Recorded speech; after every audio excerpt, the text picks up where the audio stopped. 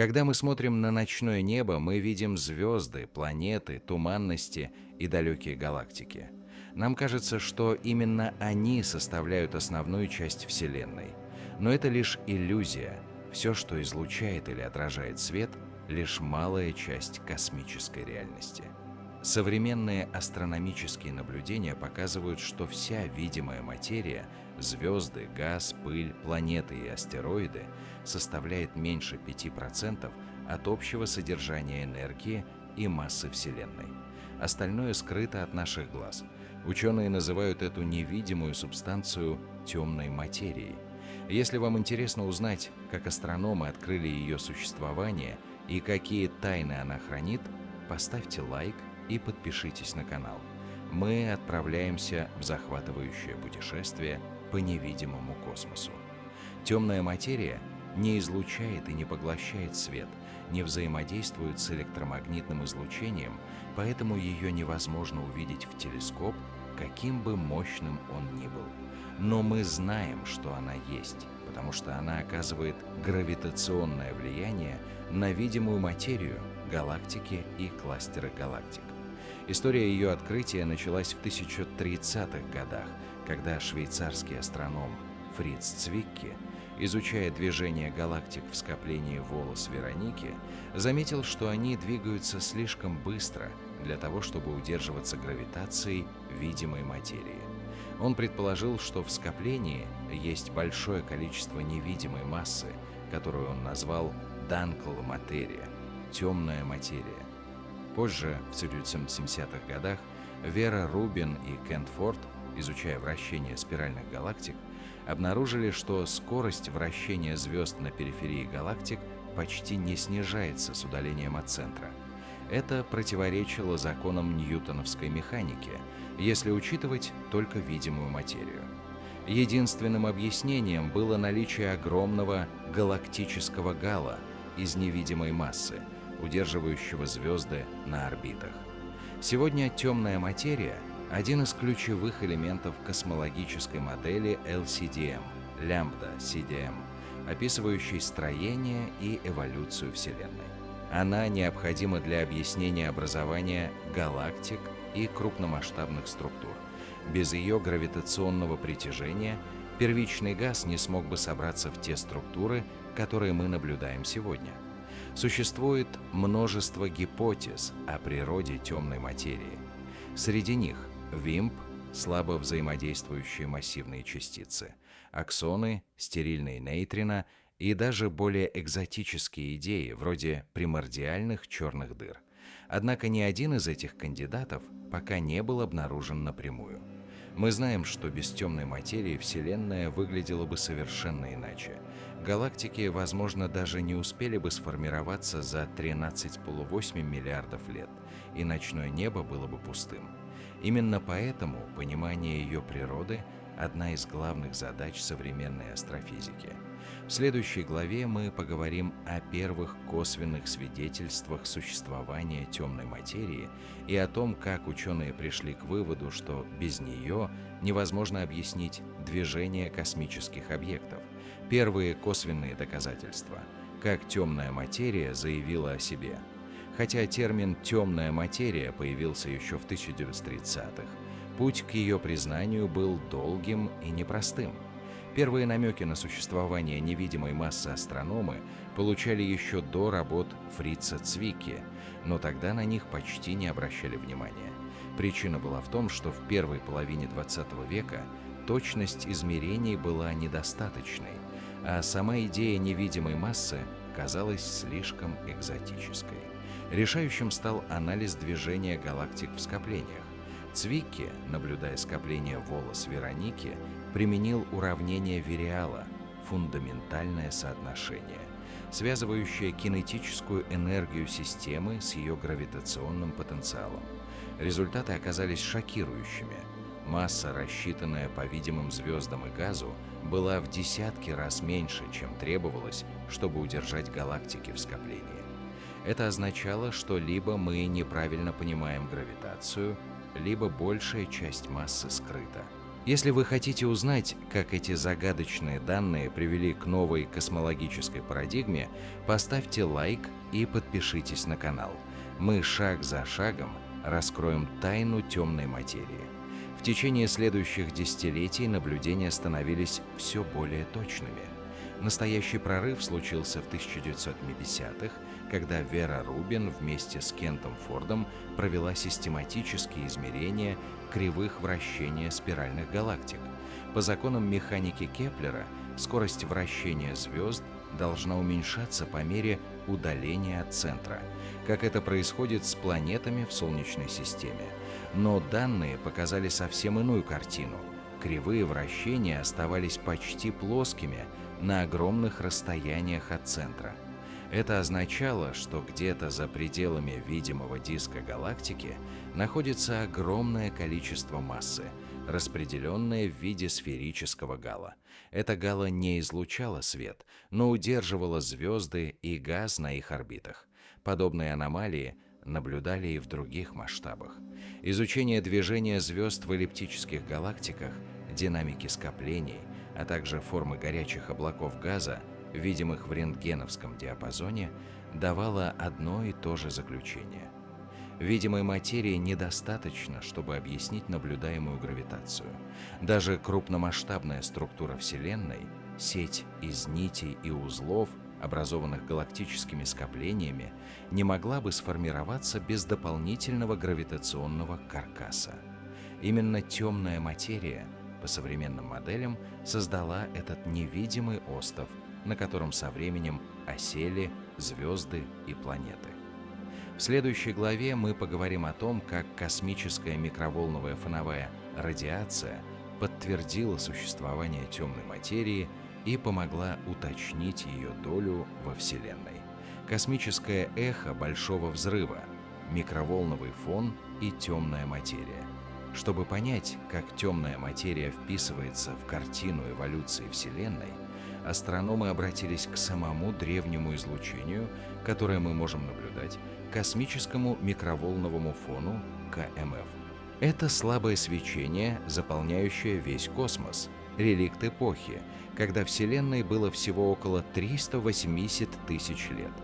В те времена температура космоса упала достаточно, чтобы протоны и электроны объединились в нейтральные атомы водорода, и фотоны смогли свободно распространяться в пространстве.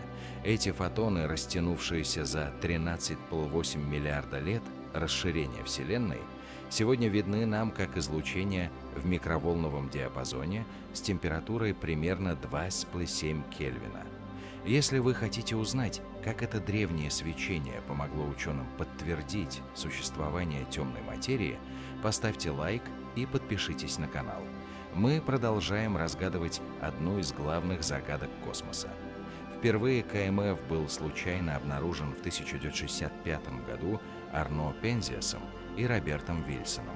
Но настоящий научный прорыв произошел десятилетия спустя, когда космические миссии КОБ, WMAP и Планк смогли измерить мельчайшие температурные флуктуации в этом излучении. Эти колебания яркости, своего рода отпечатки ранней Вселенной, хранят информацию о ее составе и физических процессах, происходивших тогда.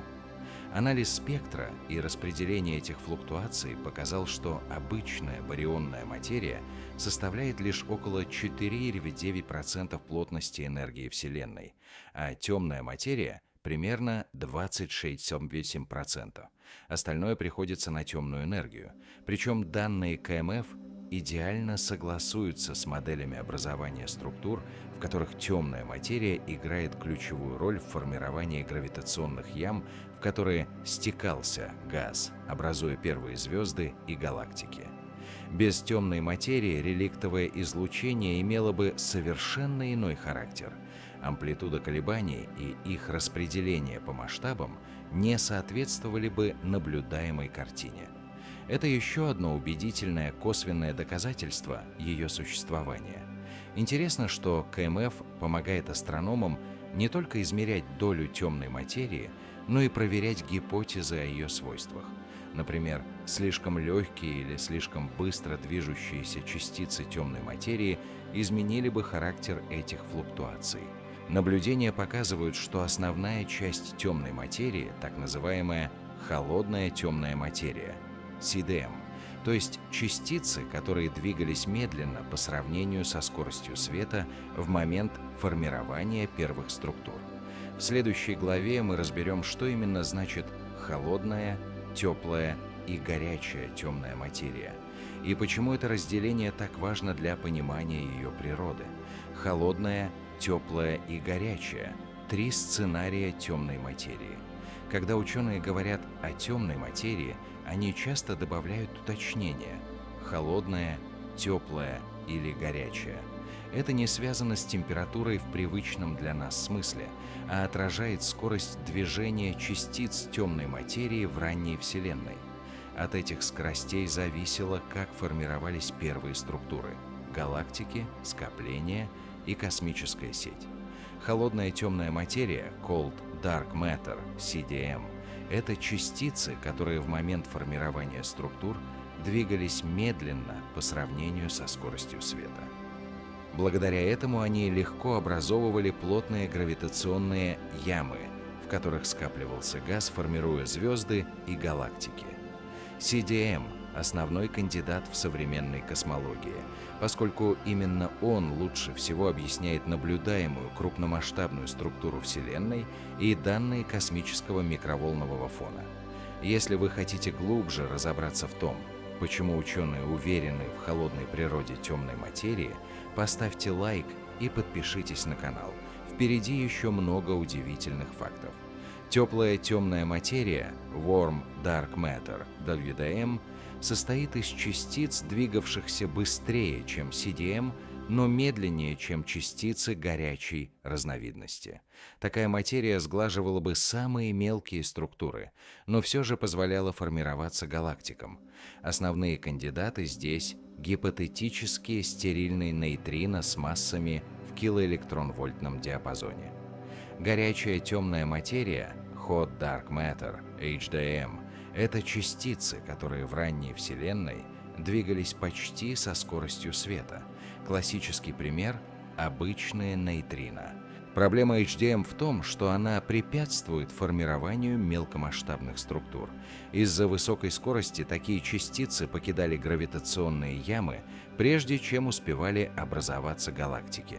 Модели с доминированием HDM не соответствуют наблюдениям, поэтому этот вариант почти исключен как главный компонент темной материи. Важно понимать, что эти категории помогают моделировать эволюцию космоса. Например, если бы темная материя была в основном теплой, то во Вселенной было бы меньше карликовых галактик. А если бы она была горячей, структура космоса была бы совсем иной, с гораздо более крупными, но менее разнообразными скоплениями. Современные наблюдения, от карт космической паутины до статистики карликовых галактик, указывают, что Вселенная лучше всего описывается моделью LCDM, в которой 85% всей материи – это холодная темная материя. В следующей главе мы поговорим о том, какие кандидаты на роль частиц темной материи сегодня считаются наиболее вероятными и как физики пытаются их обнаружить. Кандидаты в частицы темной материи, кто прячется в темноте. Когда астрономы и физики признают существование темной материи, следующим шагом становится вопрос, из чего она сделана. Поскольку она не взаимодействует с электромагнитным излучением, частицы темной материи должны быть либо электрически нейтральными, либо взаимодействовать с обычной материей настолько слабо, что их почти невозможно зафиксировать. За последние десятилетия появилось несколько основных классов кандидатов, и каждый из них имеет свою физическую мотивацию и потенциальные способы обнаружения. Если вы хотите узнать, какие частицы могут скрываться в тени космоса и как ученые пытаются их поймать, поставьте лайк и подпишитесь на канал. Впереди вас ждет встреча с самыми загадочными объектами физики. Первым. WIMP Слабо взаимодействующие массивные частицы – это, пожалуй, самый популярный кандидат. Масса таких частиц может быть в десятки или сотни раз больше массы протона, а взаимодействуют они только гравитационно и слабо, через гипотетическое слабое ядерное взаимодействие. Привлекательность ВИМП в том, что их существование естественно возникает в некоторых теориях, расширяющих стандартную модель физики частиц, например, в суперсимметрии. ВДРА – аксоны – гипотетические легкие частицы, предложенные в 1970-х годах для решения так называемой проблемы сильного CP-нарушения в квантовой хромодинамике. Если аксоны существуют, они могли бы образовывать холодную темную материю.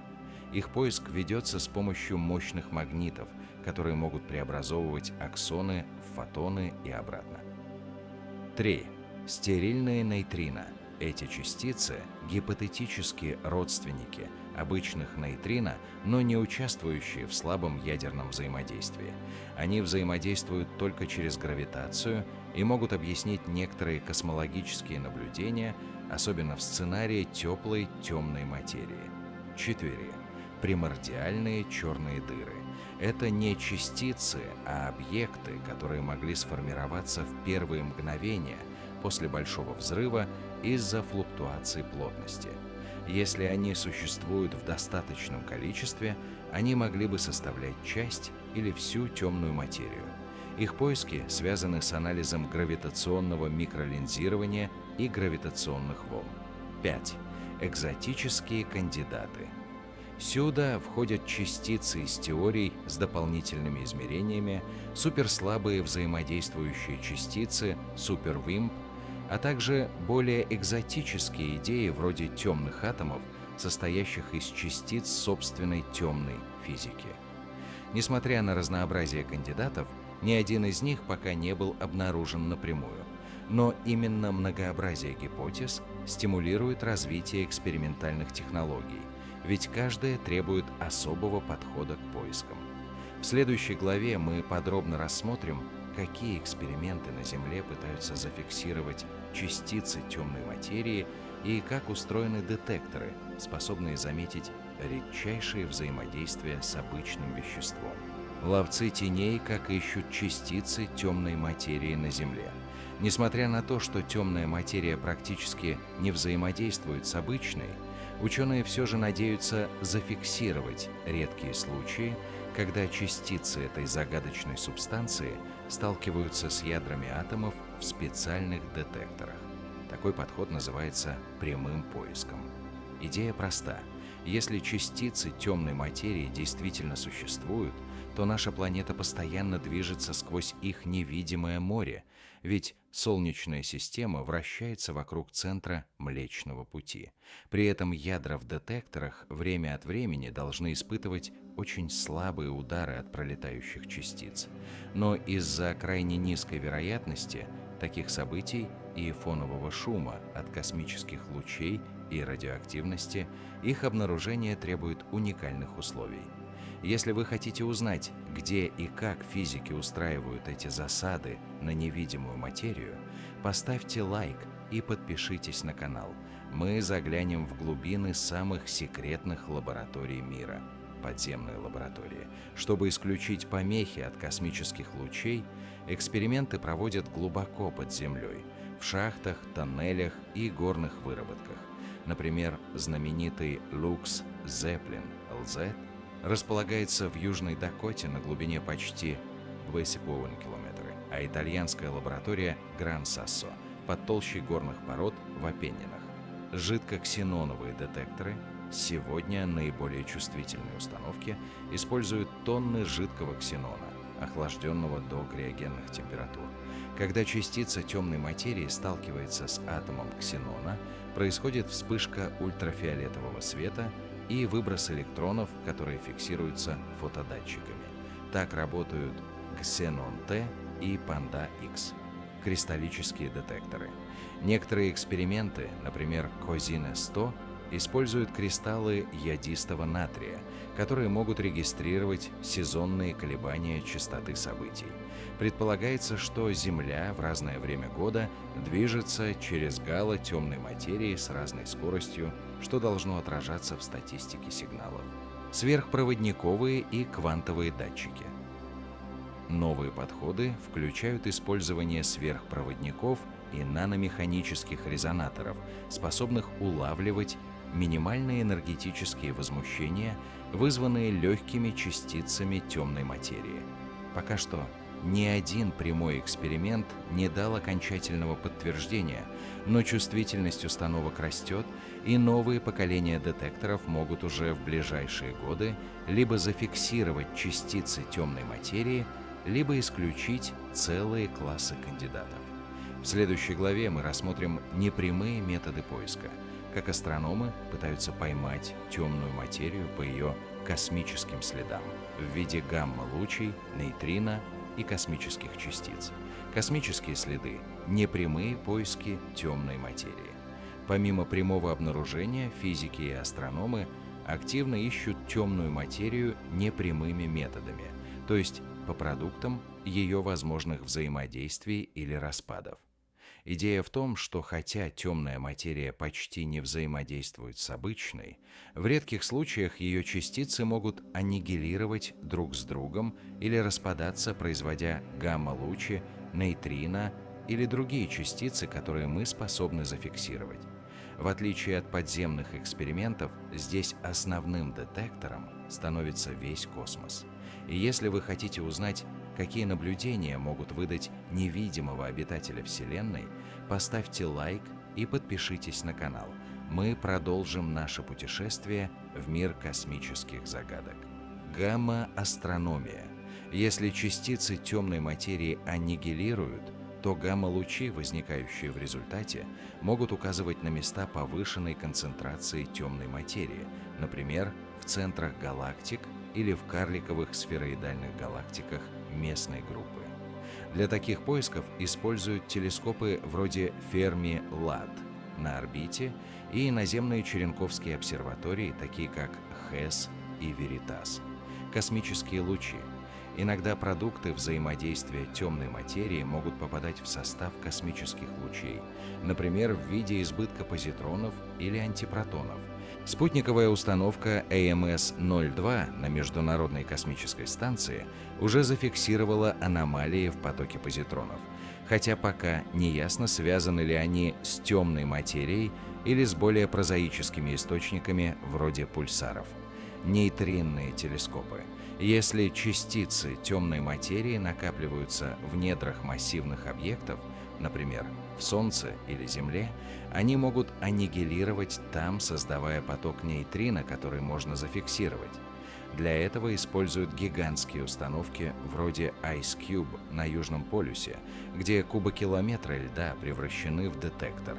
Рентгеновские сигналы. Некоторые модели теплой темной материи, например, стерильные нейтрино, предсказывают наличие слабых рентгеновских линий в спектрах скоплений галактик.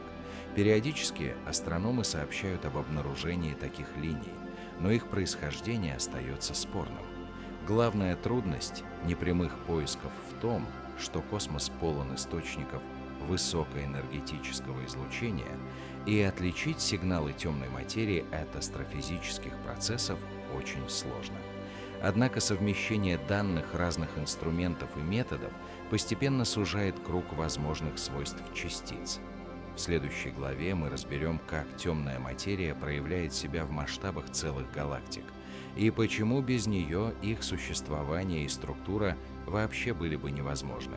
Гравитационный каркас галактик. Роль темной материи. Когда мы смотрим на галактики, эти величественные спирали или светящиеся эллипсы в глубинах космоса, кажется, что их форму и движение определяет лишь видимая материя. Миллиарды звезд, облака газа и туманности. Но на самом деле именно темная материя играет ключевую роль в том, чтобы эти структуры вообще могли возникнуть и существовать. Темная материя образует вокруг каждой галактики огромный сферический гало, невидимый, но ощутимый через его гравитационное воздействие.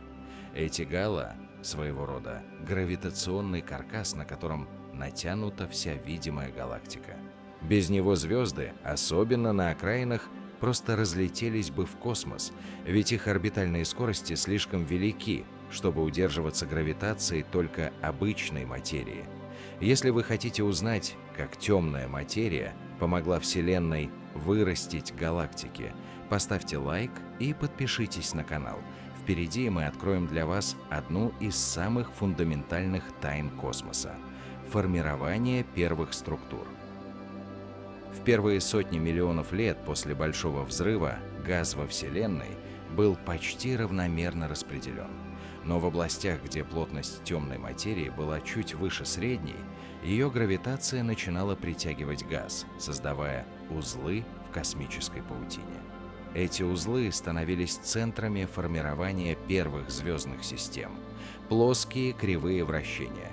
Как уже показали работы Веры Рубин, звезды на периферии галактик вращаются с почти той же скоростью, что и звезды ближе к центру. Это возможно только в том случае, если вокруг существует массивное гало из темной материи, распределенное далеко за пределами видимого диска. Слияние и рост галактик. Темная материя влияет и на процесс галактических слияний. Когда две галактики сближаются, их гало начинают взаимодействовать еще до того, как соприкоснутся звезды. Это ускоряет слияние и формирование более крупных структур, например, гигантских эллиптических галактик, космическая паутина. На масштабах сотен миллионов световых лет темная материя образует сеть нитей, в которых расположены скопления и суперкластеры галактик. Видимая материя распределяется по этой же сети, но только благодаря гравитационному каркасу из темной материи она смогла собраться в столь сложную и устойчивую структуру. Моделирование эволюции Вселенной с учетом темной материи дает результаты, удивительно близкие к реальным наблюдениям. Без нее симуляции показывают, что галактики формируются слишком медленно и остаются слишком маленькими.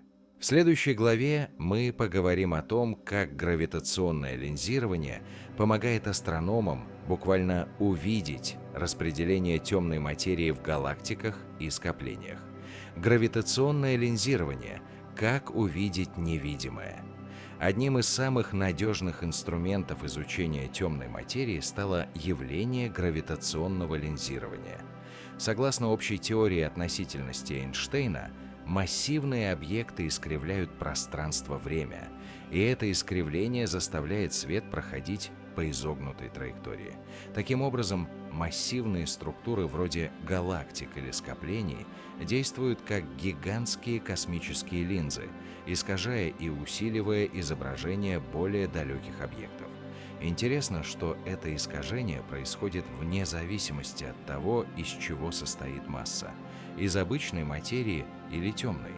Поэтому, наблюдая за тем, как искривляется свет, астрономы могут составить карту общего распределения массы, в том числе ее невидимой части. Если вы хотите узнать, как космические линзы помогают рисовать карты темной материи, поставьте лайк и подпишитесь на канал. Мы шаг за шагом раскрываем тайны невидимого каркаса Вселенной. Сильное гравитационное линзирование. В этом случае массивный объект создает заметные искажения. Например, множественные изображения одной и той же далекой галактики или характерные световые дуги, известные как арки Эйнштейна. Изучая их форму и расположение, астрономы могут точно определить распределение массы в линзирующем объекте. Слабое гравитационное линзирование – этот эффект гораздо тоньше. Формы тысяч галактик искажаются едва заметно, но в среднем в одном направлении. Для его изучения нужно статистически обрабатывать данные по огромному числу объектов. Слабое линзирование позволяет строить крупномасштабные карты распределения темной материи по всему космосу. Массовые карты скоплений. Гравитационное линзирование показало, что темная материя в скоплениях галактик распределена иначе, чем горячий газ или сами галактики. Особенно знаменит пример скопления Bullet Cluster – пуля, где наблюдения показали явное разделение обычной и темной материи после столкновения двух скоплений. Это стало одним из самых убедительных доказательств существования темной материи как отдельной субстанции. Космические обзоры, проекты вроде Dark Energy Survey или будущего телескопа Vera C. Rubin Observatory собирают данные по слабому линзированию на колоссальных участках неба, создавая трехмерные карты темной материи и отслеживая ее эволюцию с течением времени. Гравитационное линзирование – уникальный метод, потому что оно позволяет изучать темную материю напрямую через ее гравитационное влияние, не требуя, чтобы она взаимодействовала с каким-либо излучением.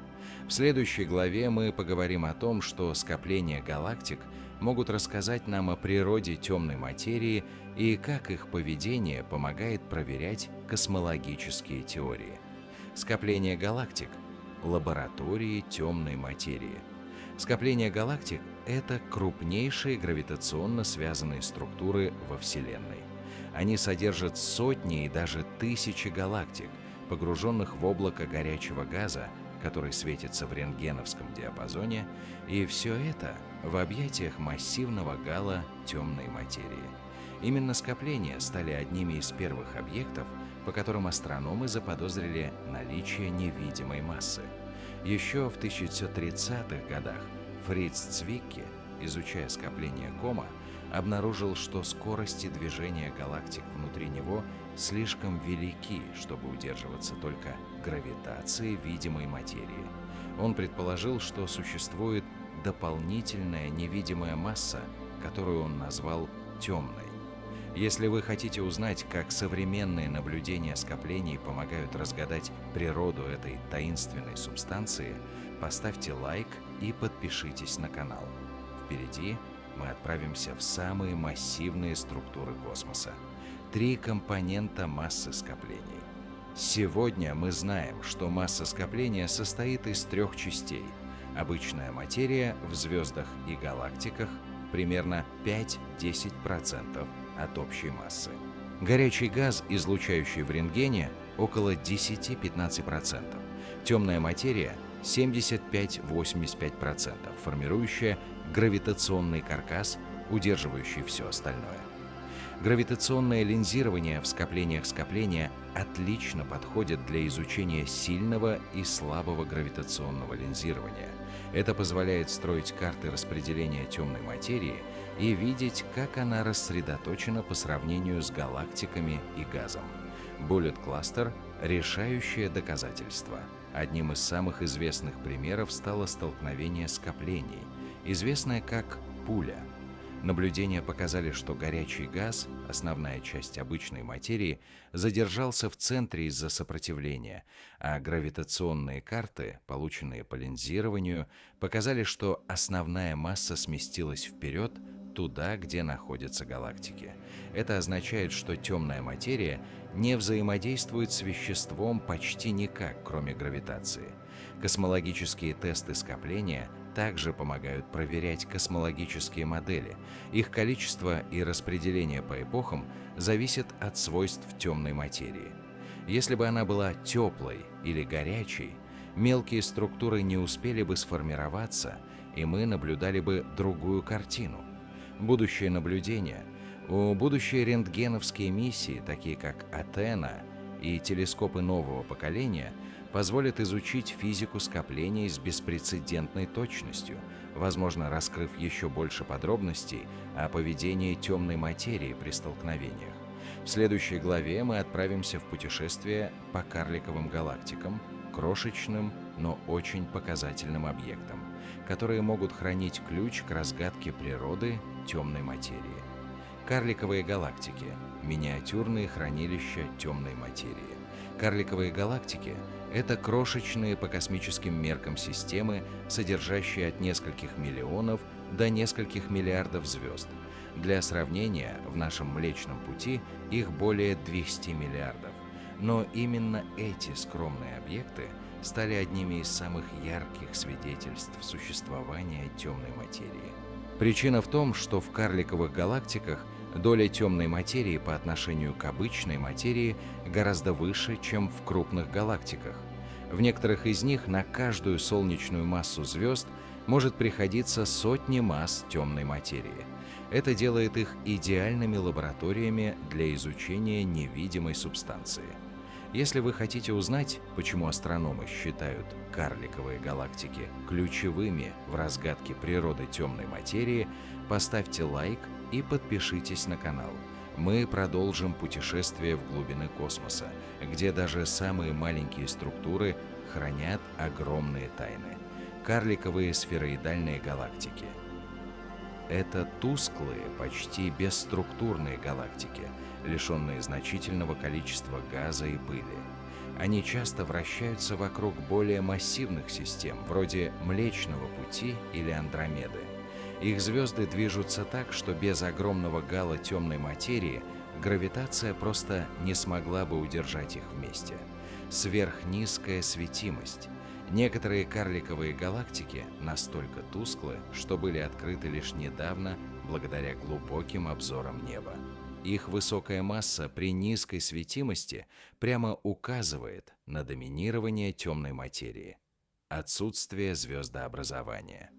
В большинстве карликовых галактик процессы звездообразования давно прекратились, но их гравитационные свойства остались, что позволяет точно измерять массу и строить модели распределения темной материи без дополнительных помех от бурных газовых процессов. Тесты космологических моделей. Количество и распределение карликовых галактик вокруг Млечного Пути и других крупных галактик проверяет предсказания моделей холодной темной материи. Если таких галактик меньше или больше, чем предсказывает теория, это может указывать на необходимость корректировок в представлениях о природе темной материи. Охота за сигналами.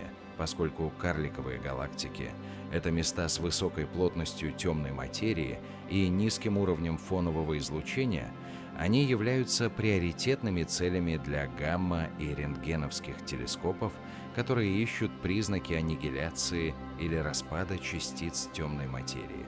В следующей главе мы поговорим о проблемах и аномалиях в теории темной материи, которые астрономы обнаружили именно при изучении карликовых галактик и их распределения во Вселенной. Аномалии и загадки, когда темная материя ведет себя странно. Несмотря на то, что теория холодной темной материи, CDM, хорошо объясняет крупномасштабную структуру Вселенной, при детальном рассмотрении галактик и их спутников начинают появляться загадочные несоответствия. Эти аномалии не только интригуют астрономов, но и могут указывать на то, что мы еще не полностью понимаем природу темной материи. Если вы хотите узнать, почему даже в науке, казалось бы, все объяснено, но Вселенная все же подбрасывает сюрпризы, поставьте лайк и подпишитесь на канал. Мы отправляемся разгадывать космические головоломки. Первый. Проблема отсутствующих спутников. Симуляции холодной темной материи предсказывают, что вокруг крупных галактик, вроде Млечного Пути, должно быть в десятки раз больше карликовых спутников, чем мы наблюдаем. Возможно, многие из них просто слишком тусклые, чтобы мы их заметили, или они никогда не сформировали звезды. Но факт остается. Теория и наблюдения пока не совпадают. ДРА. Проблема плотных центров. Модели предсказывают, что плотность темной материи в центрах галактик должна резко возрастать, образуя так называемые CASPs – крутые пики плотности. Однако наблюдения, особенно карликовых галактик, часто показывают более плоское распределение – CORS. Это может означать, что взаимодействие между темной материей и обычной материей изменяют структуру гала, или же что сама темная материя обладает иными свойствами, например, слабо самовзаимодействует. 3. Проблема слишком больших, чтобы не образовать звезды. Согласно моделям, некоторые из предполагаемых гало вокруг Млечного Пути достаточно массивны, чтобы удержать газ и сформировать звезды. Однако они этого не сделали. Почему, неизвестно. Возможно, процессы обратной связи от сверхновых или влияния космического излучения сыграли роль. 4. Возможность альтернативных моделей. Эти аномалии заставляют физиков рассматривать альтернативы холодной темной материи, например, теплую темную материю, самовзаимодействующую темную материю или даже модифицированную гравитацию МОНД. 5. Перспективы решения С развитием наблюдательной техники, включая телескоп James Webb Space Telescope и будущие обзоры Сверхсия Рубин Observatory, мы, возможно, скоро получим данные, которые либо устранят эти несоответствия, либо окончательно укажут на необходимость пересмотра текущей парадигмы. В следующей главе мы поговорим о роли темной материи в космической паутине, гигантской структуре, которая соединяет галактики в сеть, охватывающую всю Вселенную. Космическая паутина — темная материя как архитектор Вселенной. Если смотреть на Вселенную в масштабах сотен миллионов световых лет, галактики и их скопления не распределены хаотично. Они образуют гигантскую сеть, космическую паутину, состоящую из нитей, узлов и пустот. Эта структура — прямое следствие распределения и гравитационного влияния темной материи. В первые мгновения после Большого взрыва Вселенная была почти однородной, с крошечными колебаниями плотности. Со временем гравитация темной материи усиливала эти колебания, притягивая газ и способствуя образованию все более плотных областей. Именно в местах, где скапливалась темная материя, начинали формироваться галактики и скопления, соединенные длинными нитями. Если вы хотите узнать, как темная материя сплела эту грандиозную космическую сеть, поставьте лайк и подпишитесь на канал. Мы шаг за шагом приближаемся к пониманию устройства всей Вселенной. Нити и узлы нити космической паутины состоят в основном из темной материи с вкраплениями обычного газа и галактик. В узлах, где нити пересекаются, расположены самые массивные скопления галактик. Пустоты между нитями могут простираться на сотни миллионов световых лет и содержать крайне мало материи. Компьютерные симуляции. Современные космологические симуляции, такие как Millennium Simulation или Illustris TNG, показывают, как из начальных флуктуаций плотности выросла сложная сеть структур.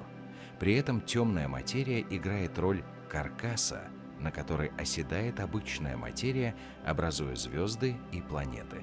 Наблюдение космической паутины.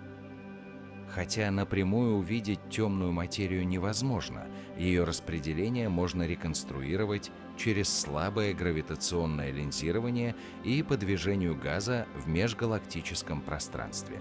Один из способов — наблюдение так называемого Лайман-альфа-леса в спектрах далеких квазаров.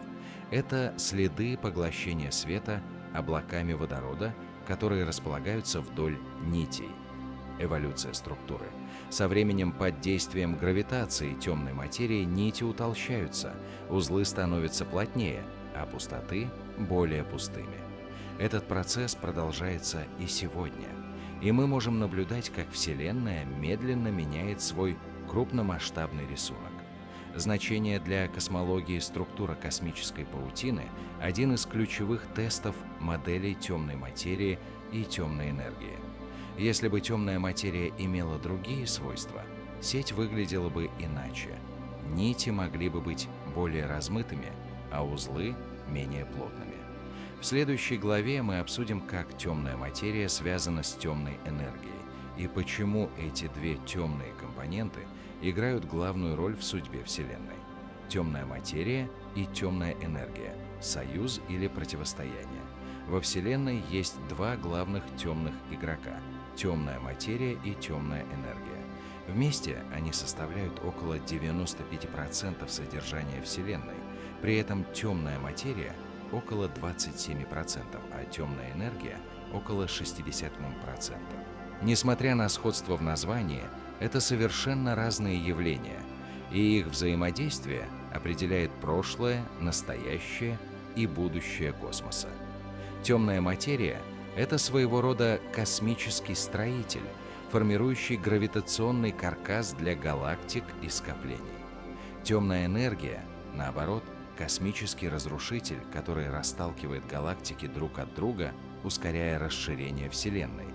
Эти две силы находятся в сложном балансе, и именно он определяет, каким будет будущее космоса.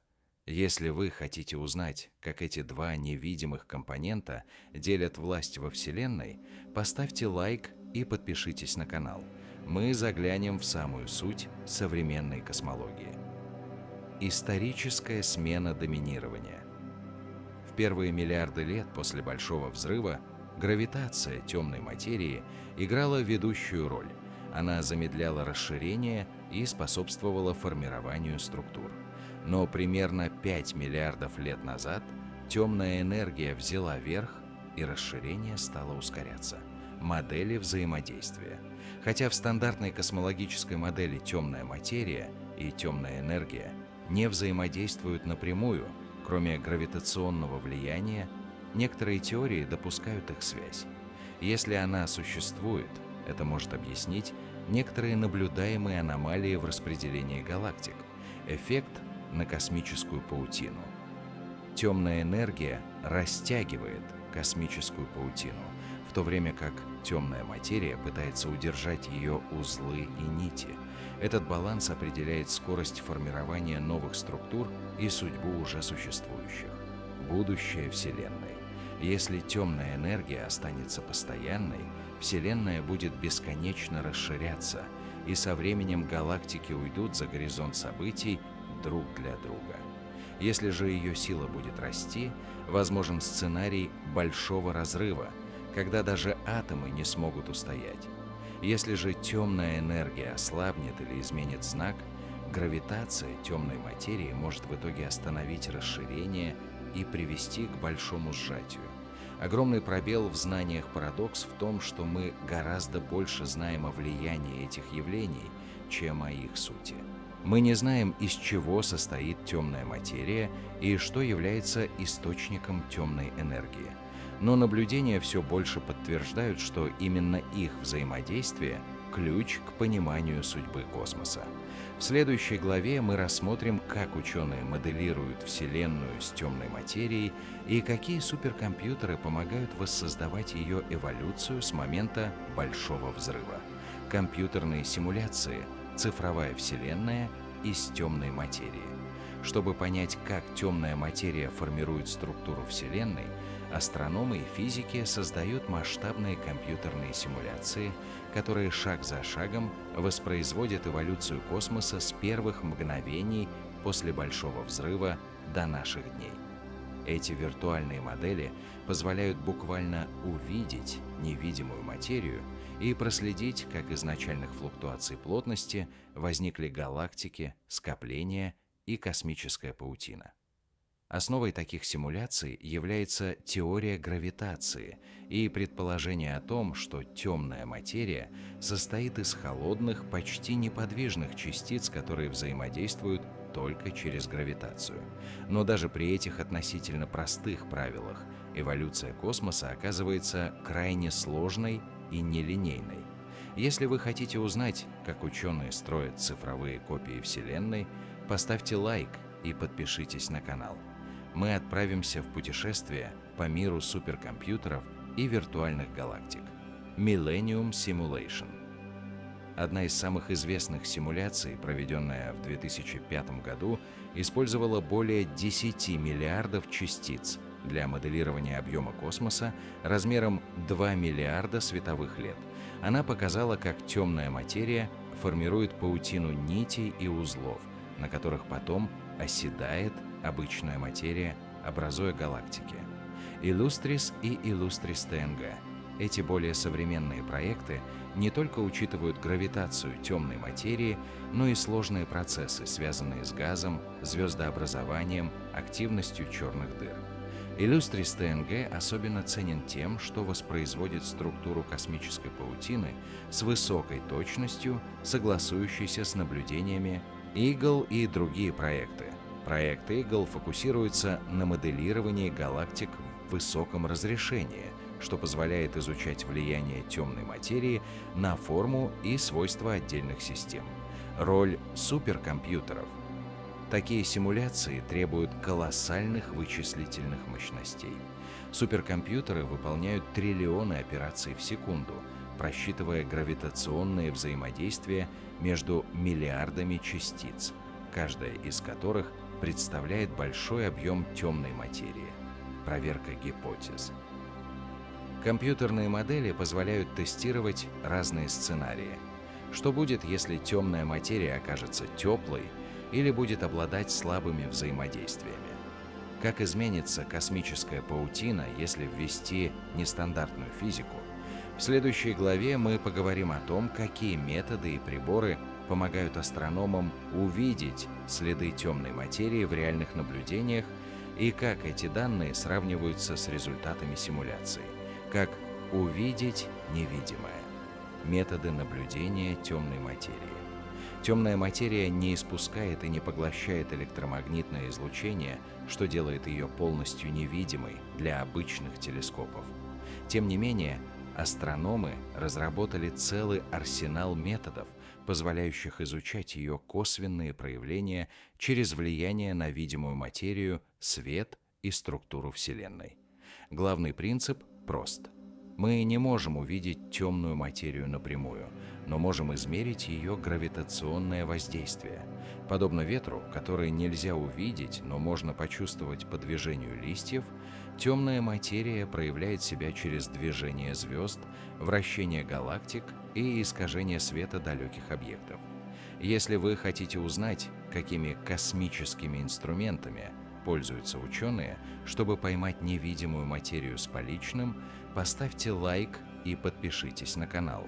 Мы погрузимся в методы современной астрофизики. Кривые вращения галактик. Наблюдая, как звезды и газ вращаются вокруг центра галактики, астрономы заметили, что скорости на больших расстояниях от центра не снижаются, как ожидалось бы, а остаются почти постоянными. Это говорит о наличии огромного гала темной материи, невидимого, но доминирующего по массе. 2. Движение галактик в скоплениях.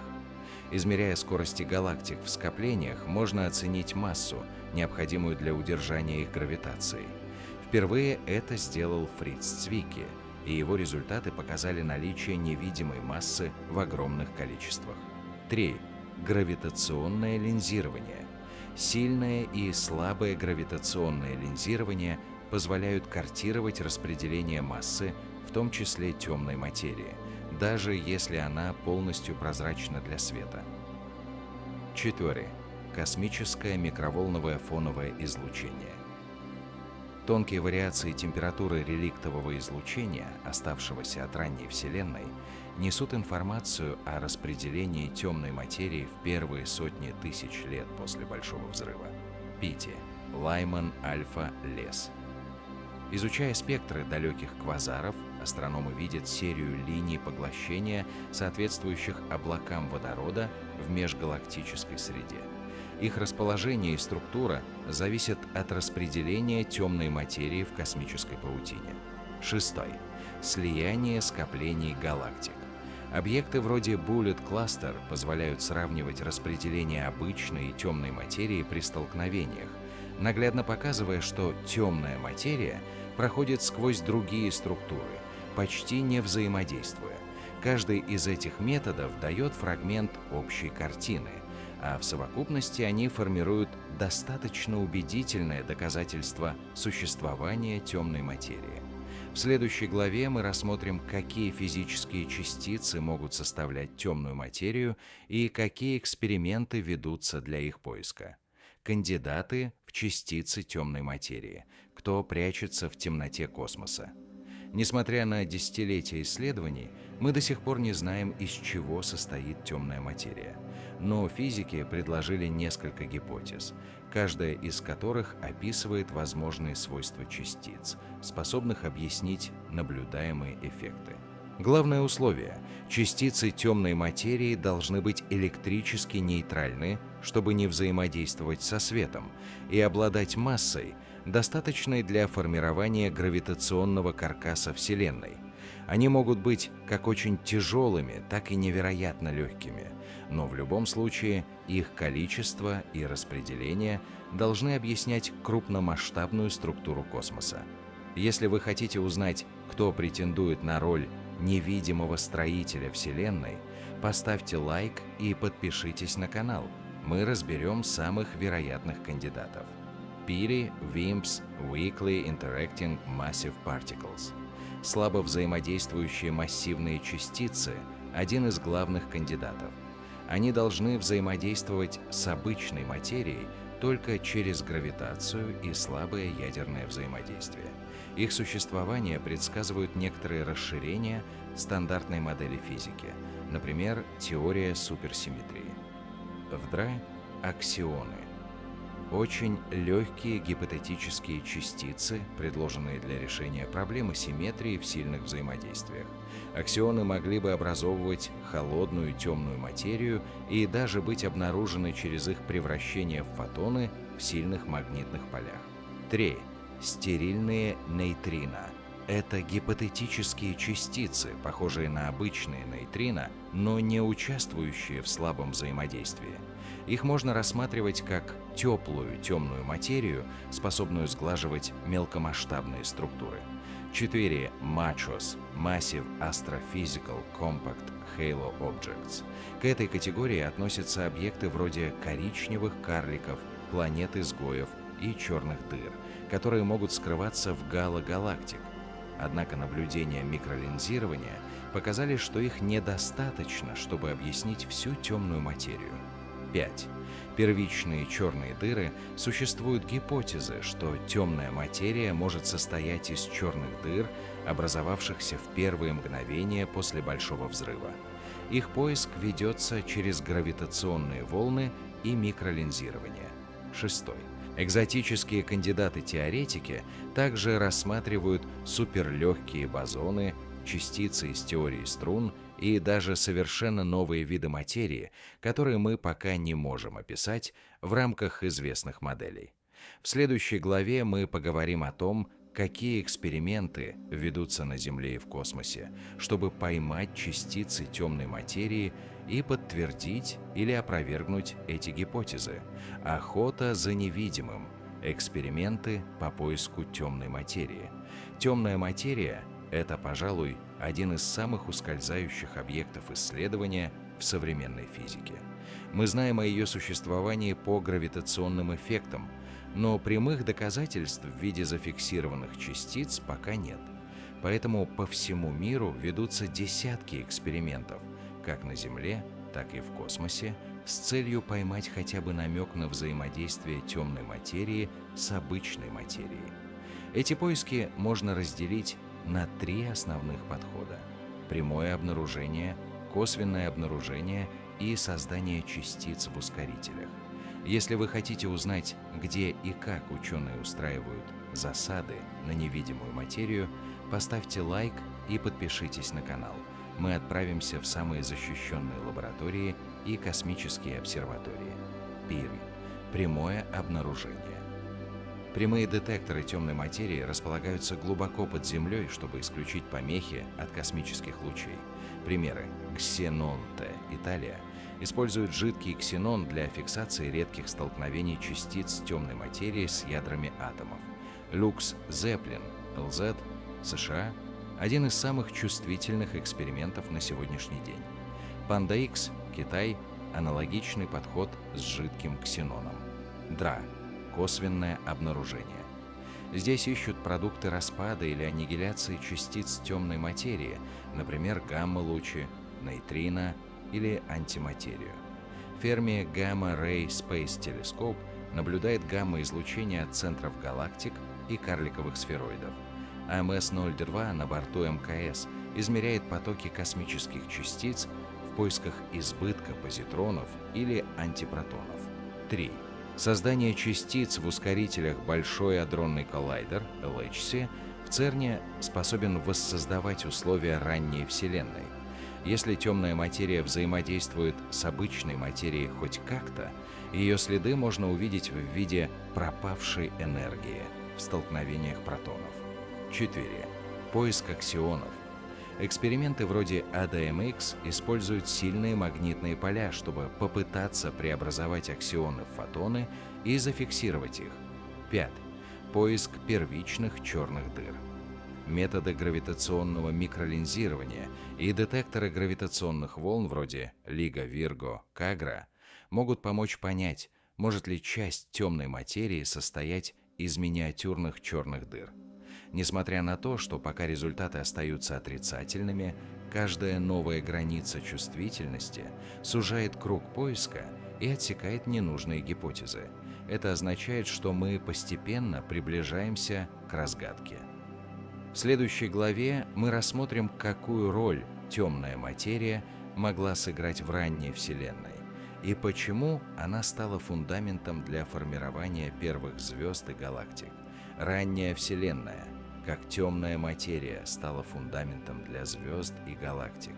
Когда мы говорим о темной материи, важно понимать, что ее влияние началось не миллиарды лет спустя, а буквально в первые мгновения после Большого взрыва.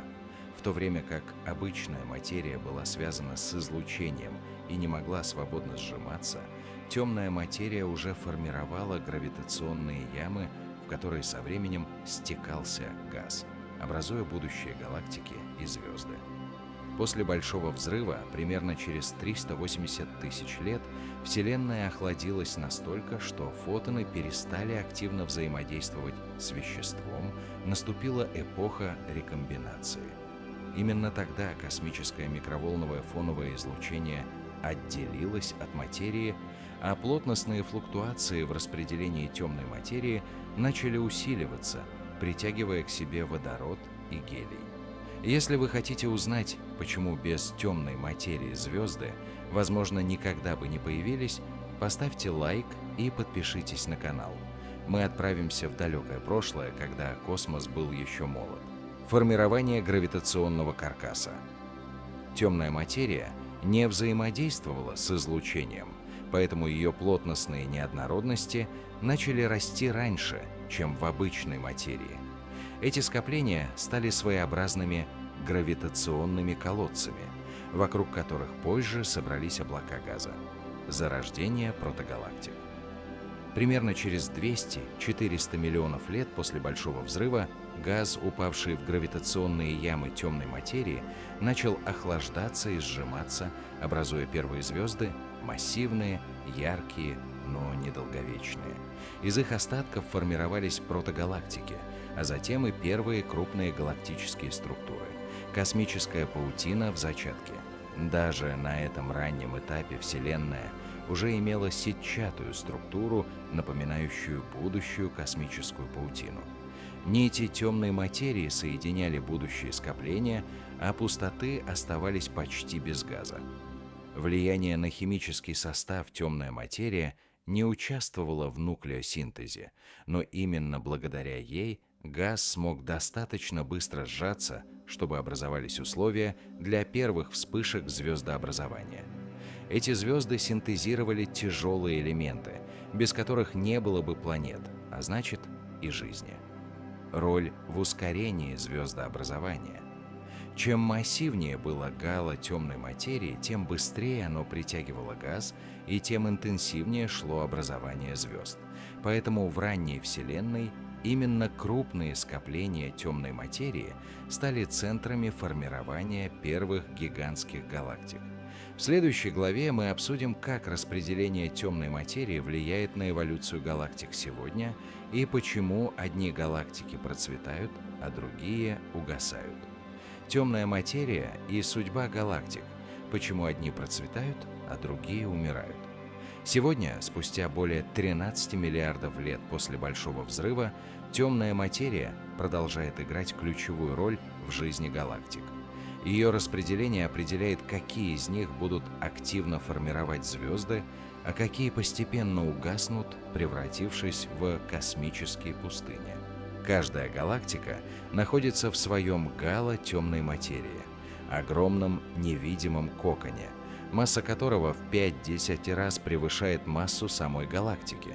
Это гало не только удерживает звезды и газ, но и защищает галактику от разрушительных столкновений с другими системами, действуя как амортизатор.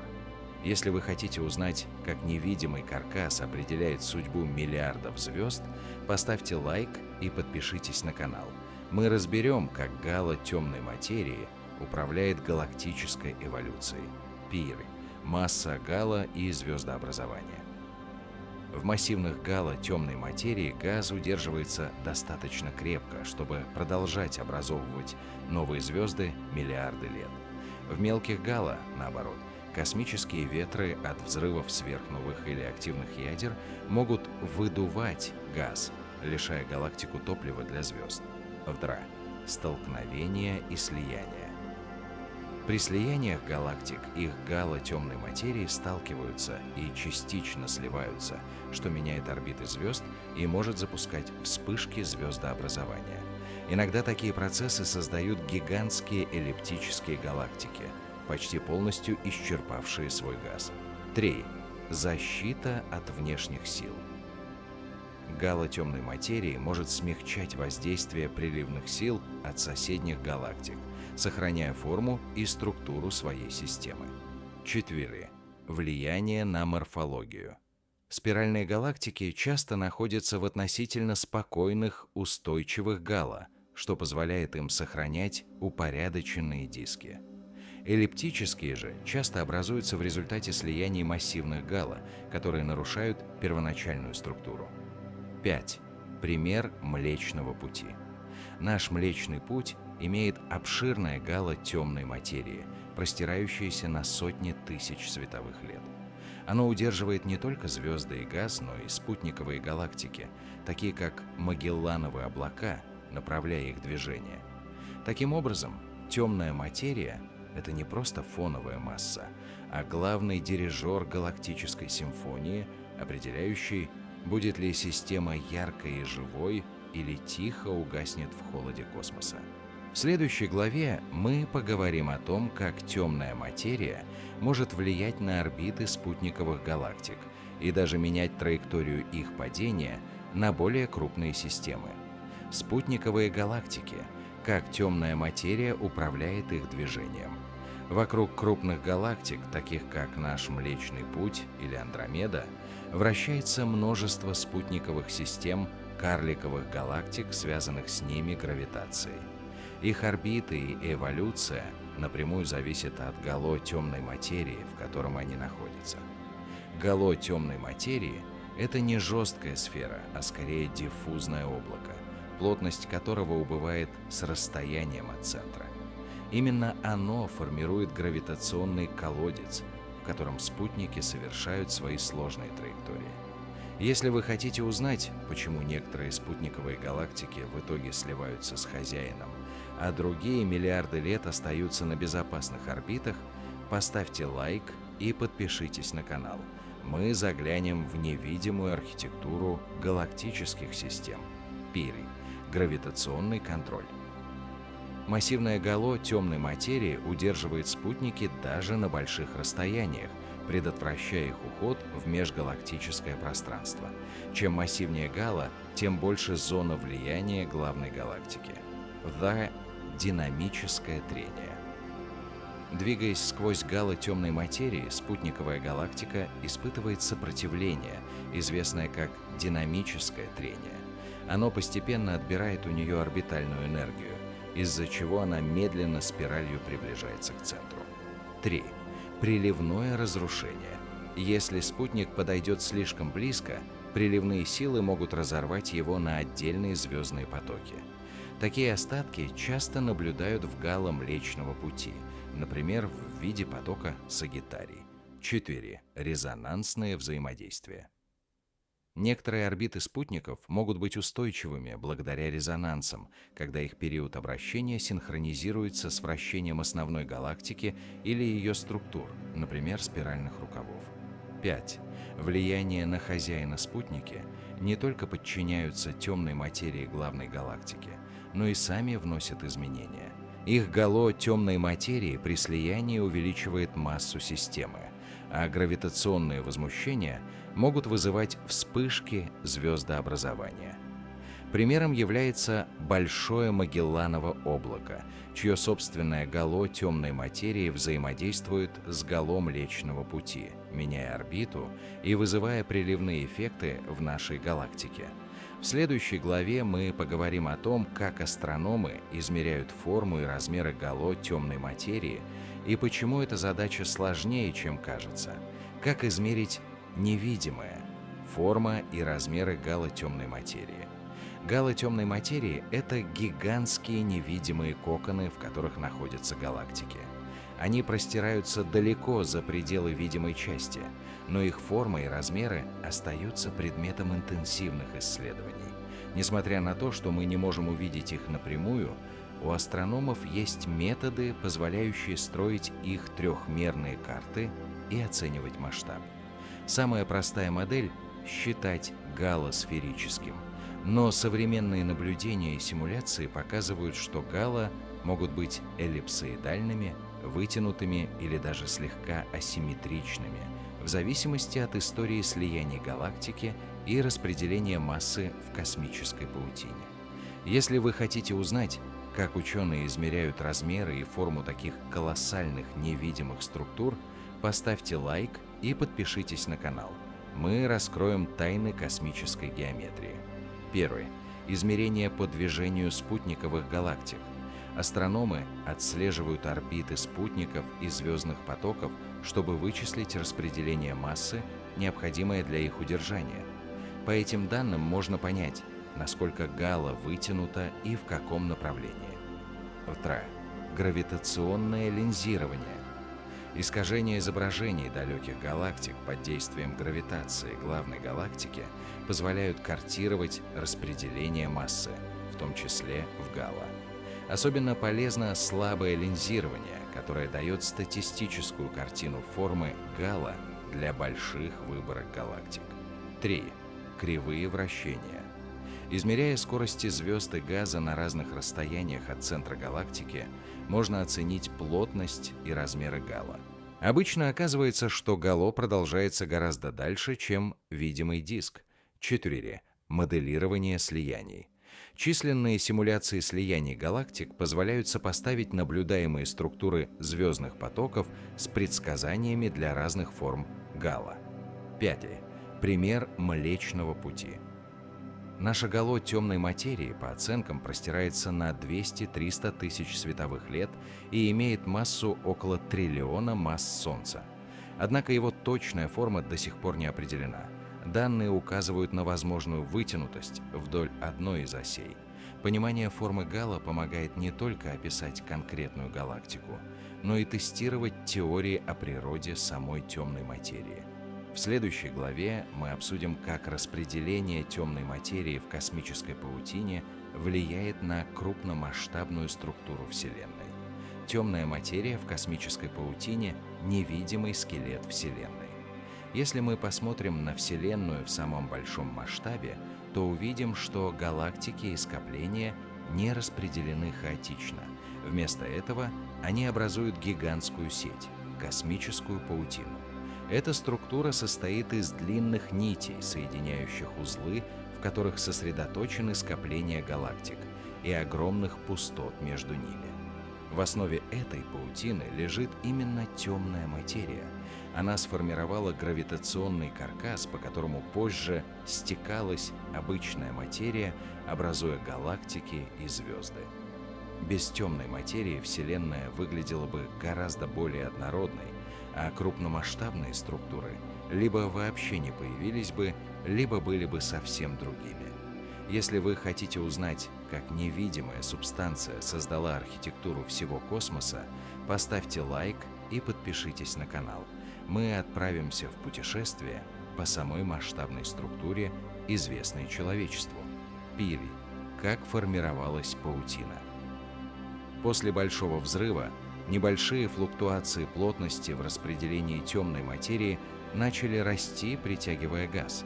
Со временем эти области превратились в нити и узлы, соединенные между собой гравитацией.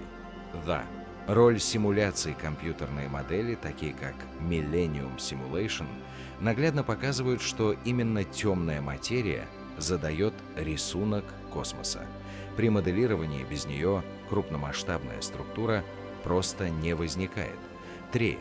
Нити темной материи. Хотя мы не можем увидеть их напрямую, гравитационное линзирование и распределение галактик позволяют картировать эти гигантские нити. Их длина может достигать сотен миллионов световых лет, а толщина — десятков миллионов. 4. Узлы и скопления. В местах пересечения нитей находятся самые массивные скопления галактик, содержащие триллионы масс Солнца в виде темной и обычной материи. 5. Космические пустоты. Между нитями лежат огромные области почти без галактик – космические пустоты. Здесь плотность темной материи крайне мала, и гравитация не смогла собрать достаточно вещества для формирования структур. 6. Связь с эволюцией галактик. Положение галактики в паутине во многом определяет ее судьбу. Галактики в узлах часто массивные и старые, а в нитях и на их окраинах более молодые и активные в звездообразовании. Космическая паутина — это, по сути, карта гравитационного ландшафта Вселенной, созданная темной материей. В следующей главе мы рассмотрим, как гравитационное линзирование помогает буквально рисовать карты этой паутины. Гравитационное линзирование — как рисуют карты темной материи. Гравитационное линзирование — это уникальный инструмент, позволяющий астрономам изучать распределение массы во Вселенной, в том числе темной материи, которая сама по себе невидима. Согласно общей теории относительности Эйнштейна, массивные объекты искривляют пространство-время, и свет от далеких источников изгибается, проходя через эти искажения. Эффект гравитационного линзирования проявляется по-разному. В виде сильных искажений изображений галактик, сильное линзирование, или в едва заметных статистических изменениях формы миллионов объектов, слабое линзирование. Именно слабое линзирование стало ключевым методом для построения карт темной материи в космосе. Если вы хотите узнать, как ученые создают трехмерные карты невидимых структур, поставьте лайк и подпишитесь на канал. Мы раскроем секреты космической картографии. Пили. Сильное линзирование. Когда массивный объект, например, скопление галактик, находится между нами и далекой галактикой, он может создавать эффект Эйнштейнова кольца или несколько изображений одного и того же источника. Анализ этих искажений позволяет измерить массу линзирующего объекта, включая вклад темной материи. 2. Слабое линзирование. В этом случае искажения очень малы и незаметны для глаза, но изучая миллионы галактик, можно статистически выделить общий эффект. Это дает возможность построить карты распределения массы на больших участках неба. 3. Космические обзоры. Проекты вроде CFHT Lens, DES, Dark Energy Survey и Euclid уже создают подробные карты темной материи, охватывающие миллиарды световых лет. 4. Трехмерная реконструкция. Комбинируя данные о красном смещении галактик с результатами слабого линзирования, астрономы могут создавать трехмерные модели распределения темной материи, по сути, космическую томографию. 5. Преимущество метода гравитационное линзирование напрямую измеряет массу, а не светимость, что позволяет картировать и темную, и обычную материю одновременно. 6. Открытия и парадоксы. Иногда карты темной материи, построенные по линзированию, показывают странные несоответствия с распределением видимых галактик, что может указывать на сложные процессы в космических масштабах или даже на новые законы физики. В следующей главе мы поговорим о том, как столкновения скоплений галактик, такие как знаменитое скопление Пули, раскрывают свойства темной материи и ее взаимодействие с самой собой. Скопление Пули прямое доказательство темной материи. Среди всех наблюдательных данных, подтверждающих существование темной материи, особое место занимает скопление пули – Bullet Cluster. Это столкновение двух массивных скоплений галактик, произошедшее примерно 3,7 миллиарда лет назад и ставшее одним из самых ярких примеров разделения темной и обычной материи в космосе. Скопления галактик состоят из трех основных компонентов – звезд, горячего газа и темной материи. Звезды в основном сконцентрированы в самих галактиках и практически не сталкиваются друг с другом. Горячий газ заполняет пространство между галактиками и светится в рентгеновском диапазоне. Темная материя, будучи невидимой, обнаруживает себя через гравитационное воздействие. Если вы хотите узнать, как одно космическое событие стало курком, доказавшим, что темная материя реально существует, поставьте лайк и подпишитесь на канал. Мы отправимся в путешествие к этому уникальному объекту. Первый. Космическое столкновение. Два скопления столкнулись на огромной скорости, примерно 4500 километров в секунду. Звезды, как и ожидалось, просто пролетели мимо друг друга. Но горячий газ столкнулся и был заторможен, сконцентрировавшись в центре. ДРА. Разделение масс карты гравитационного линзирования показали, что основная масса системы находится не в газе, а в областях, совпадающих с положением галактик. Это означает, что масса прошла сквозь столкновение почти без взаимодействия, как и предсказывается для темной материи. 3. Почему это важно? Если бы масса была только в виде обычного вещества, ее распределение совпадало бы с газом. Но наблюдения ясно показали, что большая часть массы находится отдельно от газа, что невозможно объяснить без гипотезы темной материи. 4. Последствия для физики. Скопление пули стало ключевым аргументом против альтернативных теорий гравитации, таких как МОНД, которые пытаются объяснить космические наблюдения без темной материи. 5. Другие примеры. Подобные эффекты обнаружены и в других скоплениях, например, в системе МАКС G0254 1922. Эти наблюдения подтверждают, что темная материя ведет себя как слабо взаимодействующая субстанция. Скопление пули – это своего рода космическая лаборатория, где мы можем наблюдать темную материю в действии почти напрямую. В следующей главе мы рассмотрим, что нам говорят симуляции Вселенной о природе темной материи и как виртуальные модели помогают проверять гипотезы, компьютерные симуляции, как мы моделируем невидимую Вселенную. Чтобы понять, как темная материя формирует структуру Вселенной, астрономы и физики создают масштабные компьютерные симуляции. Эти виртуальные модели позволяют воспроизводить космическую эволюцию от первых секунд после Большого взрыва до современного распределения галактик в космической паутине. Темная материя, хотя и невидима, подчиняется законам гравитации, и это делает ее поведение относительно простым для вычислений. Сложность в том, что объем расчетов колоссален. Чтобы смоделировать миллиарды частиц темной материи, нужны суперкомпьютеры, работающие неделями или даже месяцами. Если вы хотите узнать, как в лаборатории можно построить целую Вселенную и проследить ее жизнь миллиарды лет, поставьте лайк и подпишитесь на канал. Мы заглянем в виртуальный космос. Первый. Millennium Simulation. Одна из самых известных симуляций, выполненная в 2005 году, использовала 10 миллиардов частиц, чтобы проследить эволюцию темной материи в кубе размером 2 миллиарда световых лет. Результат показал сеть нитей и узлов, практически идентичную реальной космической паутине. ДРА, Illustris и Illustris TNG. Эти более современные проекты моделируют не только темную материю, но и газ, звезды, магнитные поля и даже черные дыры. Они позволяют изучать, как распределение темной материи влияет на образование и эволюцию галактик. 3. Как закладывают начальные условия, симуляции начинают с данных о распределении материи вскоре после Большого взрыва, полученных из космического микроволнового фона. Затем алгоритмы просчитывают, как эти флуктуации разрастаются под действием гравитации. 4.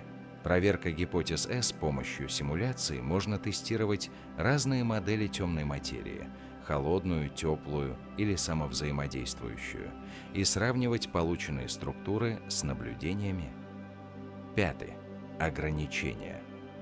Даже самые детализированные симуляции упрощают физику, особенно для обычной материи, так как моделировать звездное образование, магнитные поля и газовую динамику в масштабах всей Вселенной крайне сложно.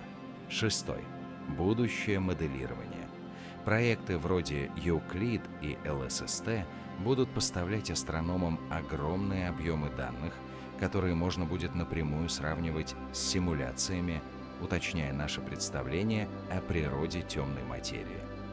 В следующей главе мы обсудим, какие существуют кандидаты на роль частиц темной материи и какие эксперименты ведутся для их поиска. Охота за частицами. Кто может быть темной материей? Хотя мы знаем о существовании темной материи по ее гравитационному влиянию, сама ее природа остается загадкой. Что это за частицы? Почему они не взаимодействуют со светом и почти не взаимодействуют с обычным веществом? Ответы на эти вопросы ищут физики по всему миру, разрабатывая сложнейшие эксперименты для их обнаружения. Если вы хотите узнать, кто же скрывается за маской темной материи, поставьте лайк и подпишитесь на канал. Мы погрузимся в мир гипотез, где наука встречается с границей неизвестного. Паро, WIMPs – слабо взаимодействующие массивные частицы. Долгое время они считались основными кандидатами. Эти гипотетические частицы должны иметь массу, сравнимую с протонами или тяжелее, и взаимодействовать только через гравитацию и слабое ядерное взаимодействие. Поиск WIMPs ведется в подземных детекторах, защищенных от космических лучей, таких как Ксенон-Т в Италии и Лукс-Зеплин в США. Аксионы. Еще один популярный кандидат – это очень легкие частицы, которые могут взаимодействовать с фотонами в сильных магнитных полях. Эксперименты вроде ADMX пытаются уловить эти преобразования. 3. Стерильные нейтрино. Нейтрино уже известны как почти невидимые частицы, но стерильные нейтрино взаимодействуют еще слабее только через гравитацию. Их поиск ведется в космологических наблюдениях и в экспериментах по распаду ядер. 4. Самовзаимодействующая темная материя. Некоторые модели предполагают, что частицы темной материи могут сталкиваться между собой, что может объяснить определенные особенности распределения массы в галактиках. 5. Методы поиска. Прямое обнаружение, регистрация редких столкновений частиц темной материи с атомами в детекторах, косвенное обнаружение, поиск продуктов аннигиляции или распада частиц темной материи в космических лучах или гамма-излучении. Коллайдерные эксперименты – создание условий, в которых частицы темной материи могут рождаться, например, на Большом адронном коллайдере. 6. Почему так сложно темная материя не излучает и не поглощает свет, а ее взаимодействие с обычной материей крайне редкое? Поэтому эксперименты требуют колоссальной чувствительности и защиты от фонового шума. В следующей главе мы поговорим о том, как космические наблюдения, такие как измерение космического микроволнового фона, помогают уточнять свойства темной материи. Космический микроволновый фон, как реликтовое излучение, раскрывает тайны темной материи. Космический микроволновый фон, КМФ, это древнейший свет Вселенной, излученный примерно через 380 тысяч лет после Большого взрыва. Тогда температура космоса снизилась настолько, что протоны и электроны смогли соединиться в атомы водорода, и фотоны наконец-то получили свободу путешествовать. Сегодня этот свет растянулся в микроволновый диапазон из-за расширения Вселенной. КМФ — это не просто равномерное излучение, а мозаика крошечных температурных колебаний.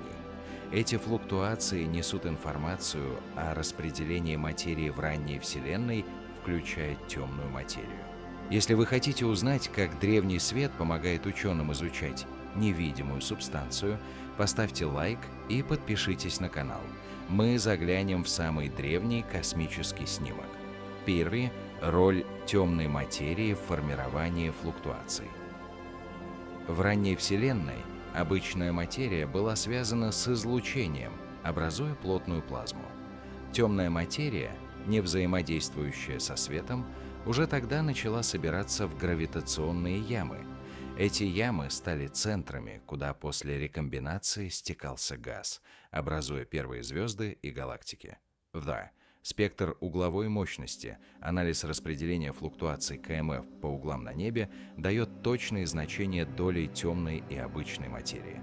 Спутники WMAP и Planck показали, что темная материя составляет около 26-27% всей энергии Вселенной. 3. Акустические осцилляции. Колебания плотности в ранней плазме, известные как барионные акустические осцилляции, оставили отпечаток в структуре КМФ. Их форма зависит от количества темной материи. 4. Ограничения на свойства частиц, данные КМФ, позволяют исключить некоторые модели темной материи. Например, слишком легкие частицы сглаживали бы флуктуации, а слишком активные взаимодействия меняли бы их структуру. 5. Связь с другими наблюдениями. Сравнение данных КМФ с картами распределения галактик и измерениями слабого линзирования помогает уточнять поведение темной материи на разных этапах эволюции Вселенной. Космический микроволновый фон — это, по сути, родовое фото Вселенной, и его анализ дает нам один из самых точных космических весов для измерения доли темной материи. В следующей главе мы поговорим о том, как темная материя влияет на образование первых звезд и галактик, как темная материя зажгла первые звезды и галактики. В ранней Вселенной, спустя всего несколько сотен миллионов лет после Большого взрыва, начали формироваться первые звезды и галактики. Этот период называют эпохой космического рассвета. И ключевую роль в этом процессе сыграла именно темная материя. Без ее гравитационного влияния формирование первых объектов могло бы занять намного больше времени. Дело в том, что темная материя начала образовывать гравитационные ямы задолго до того, как обычная материя смогла отделиться от излучения. Эти ямы стали своеобразными колыбелями для будущих галактик. Если вы хотите узнать, как невидимая субстанция стала архитектурой первого света Вселенной, поставьте лайк и подпишитесь на канал. Впереди нас ждет рассказ о космическом детстве. Первые гало темной материи. Согласно моделям, небольшие сгустки темной материи массой в миллионы солнечных масс начали формироваться уже через 100-200 миллионов лет после Большого взрыва. Захват газа.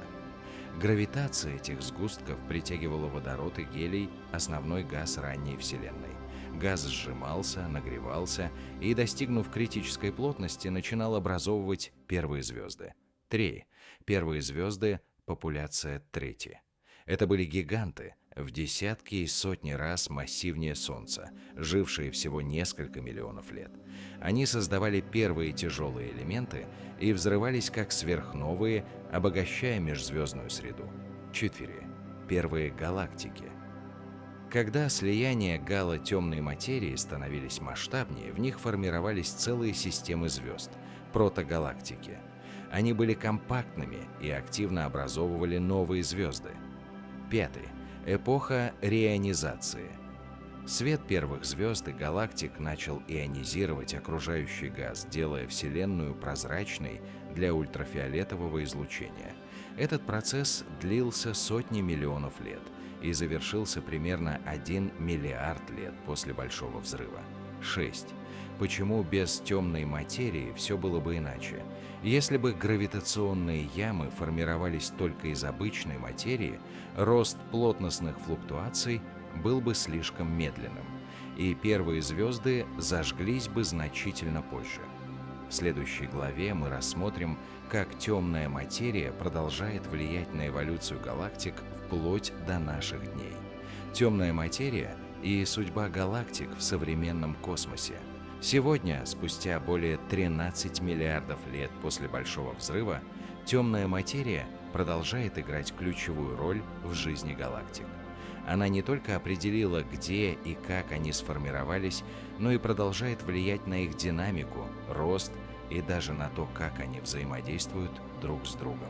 Каждая галактика, включая наш Млечный Путь, находится внутри огромного гала темной материи, невидимого сферического облака, которое в десятки раз массивнее всех ее звезд и газа вместе взятых. Именно это гало удерживает галактику от распада и обеспечивает ее гравитационную целостность. Если вы хотите узнать, как невидимый щит защищает галактики и управляет их судьбой, поставьте лайк и подпишитесь на канал. Мы отправимся в путешествие по современному космосу. Пиры гало темной материи. Диаметр гала Млечного Пути оценивается примерно в 1-2 миллиона световых лет. Оно в основном пустое, но его масса определяет орбитальную скорость звезд и газа, не позволяя им улететь в межгалактическое пространство. ВРА – динамика вращения наблюдения. Кривых вращения спиральных галактик показали, что их внешние области вращаются так же быстро, как и внутренние. Это невозможно объяснить только видимой материей, но становится понятным, если учесть распределенную массу темной материи. 3. Слияние и рост.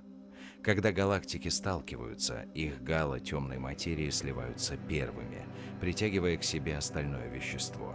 Это ускоряет процесс объединения и формирования более массивных систем. 4.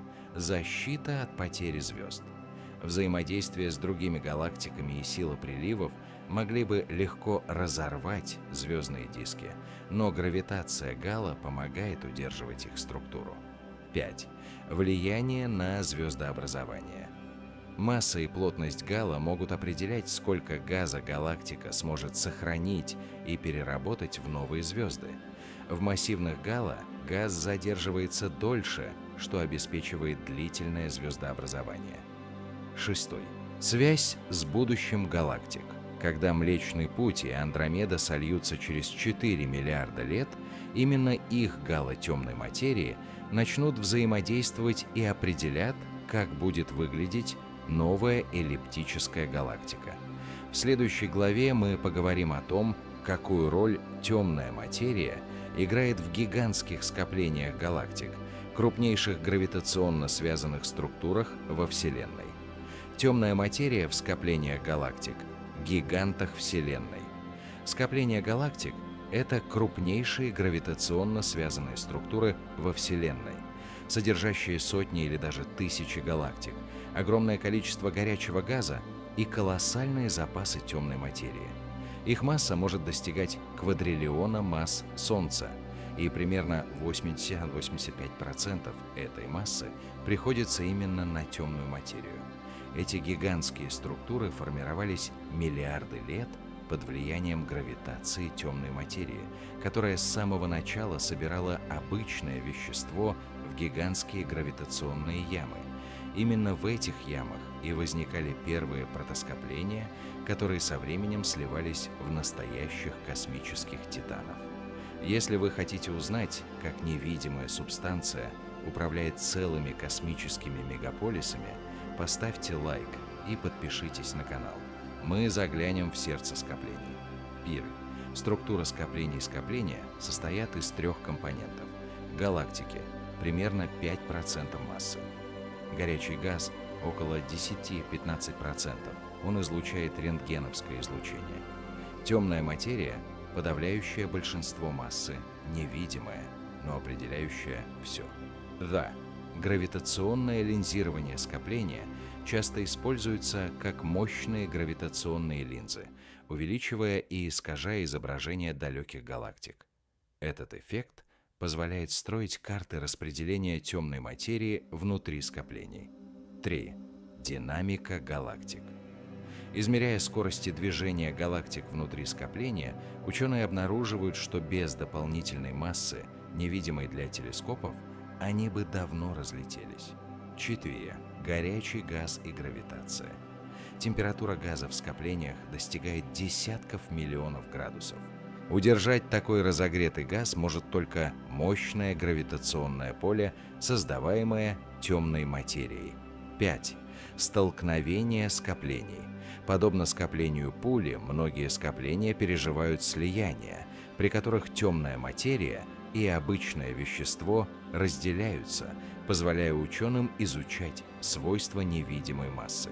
6. Космические масштабы скопления соединяются между собой в еще более грандиозные структуры – суперскопления, которые также удерживаются гравитацией темной материи.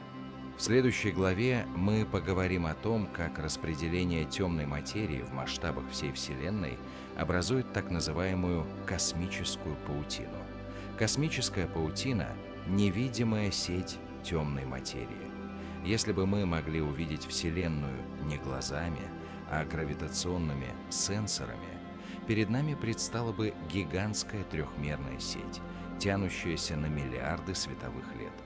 Эта структура получила название «космическая паутина».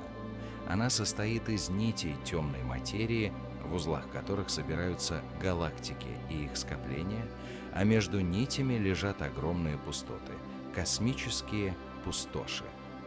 Космическая паутина – это прямое следствие действия гравитации темной материи.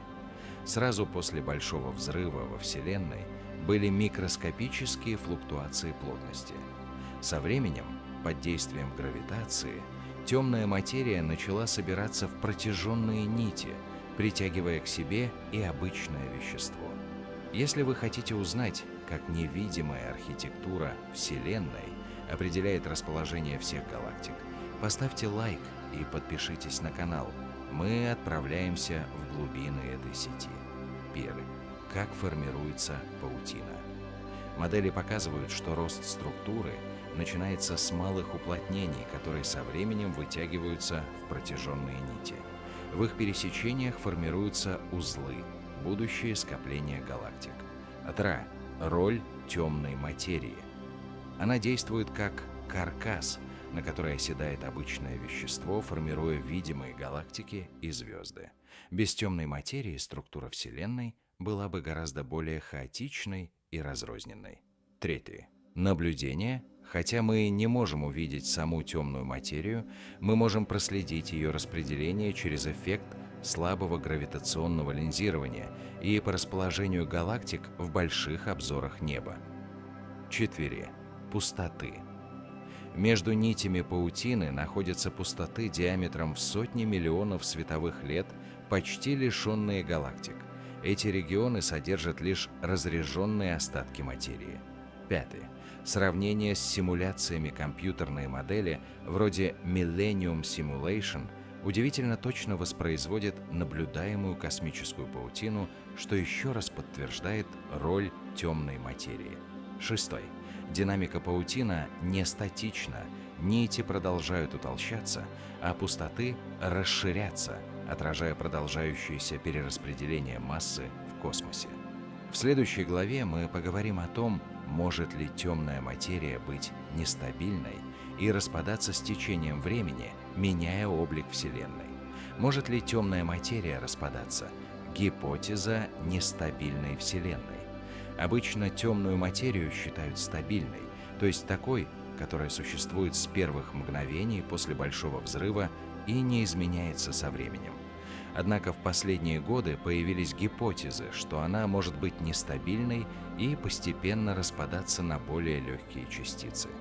Если это правда, то наше представление о долгосрочной судьбе Вселенной придется серьезно пересмотреть. Сценарии распада темной материи пытаются объяснить некоторые наблюдательные аномалии, которые не укладываются в классическую картину. Например, избыточное излучение в определенных диапазонах или неожиданные особенности распределения галактик. Если вы хотите узнать, что произойдет, если невидимый фундамент Вселенной начнет разрушаться, поставьте лайк и подпишитесь на канал. Мы обсудим одну из самых смелых космических идей. Первую. Идея нестабильной темной материи. В некоторых теориях частицы темной материи могут иметь очень долгий, но конечный срок жизни от миллиардов до триллионов лет. При распаде они выделяют энергию или рождают другие, еще более слабые частицы. ДРА. Возможные признаки распада. Необычные линии в рентгеновских спектрах галактик и скоплений. Лишние потоки высокоэнергетических космических лучей. Незначительное снижение плотности темной материи в старых структурах. 3. Космологические последствия. Если распад идет медленно, он не разрушает существующие галактики, но влияет на темпы расширения Вселенной. В случае более быстрого распада космическая паутина со временем станет менее плотной, а гравитационные связи ослабнут. 4. Поиск подтверждений. Ученые анализируют данные космических телескопов, таких как XMM, Ньютон и Чандра, а также сопоставляют результаты с картами распределения галактик, чтобы уловить возможные эффекты распада. 5. Связь с темной энергией. Некоторые гипотезы предполагают, что продукты распада темной материи могут вести себя как темная энергия, ускоряя расширение Вселенной. 6. Трудности проверки. Даже если распад существует, его скорость может быть столь малой, что прямое обнаружение сигналов потребует десятилетий наблюдений и новых поколений приборов. В следующей главе мы обсудим, как темная материя может взаимодействовать с темной энергией и что это значит для будущего космоса. Темная материя и темная энергия – две тени, управляющие Вселенной. В современном космологическом представлении Вселенная состоит не только из звезд, планет и газа. Лишь около 5% ее состава приходится на привычное нам вещество. Около 27% занимает темная материя, невидимая масса, создающая гравитационные каркасы для всех космических структур. Но есть еще и темная энергия, составляющая примерно 68% Вселенной и отвечающая за ускоренное расширение космоса. Темная материя и темная энергия – это два совершенно разных явления, но оба они невидимы, оба определяют судьбу Вселенной, и оба до сих пор остаются загадкой. Вопрос о том, взаимодействуют ли они между собой, один из ключевых в современной астрофизике. Если вы хотите узнать, как две космические тайны могут быть связаны, поставьте лайк и подпишитесь на канал. Мы заглянем в самую глубину невидимого космоса. И первый. Разные роли. Темная материя тянет. Ее гравитация замедляет расширение, удерживает галактики и скопления. Темная энергия толкает, она действует как антигравитация, ускоряя расширение пространства. Да, гипотеза взаимодействия. Некоторые модели предполагают, что темная материя и темная энергия могут обмениваться энергией или массой. В таком случае плотность одной из них может изменяться не только из-за расширения Вселенной, но и из-за этого обмена. 3. Последствия для космоса. Если энергия перетекает из темной материи в темную энергию, то ускорение расширения будет со временем усиливаться. Если наоборот, расширение может замедлиться, и в далеком будущем возможно даже сжатие Вселенной. 4. Наблюдательные признаки. Изменения в темпах роста крупных структур и несоответствие между картами космической паутины на разных эпохах могут намекать на подобные взаимодействия. 5. Трудности исследования.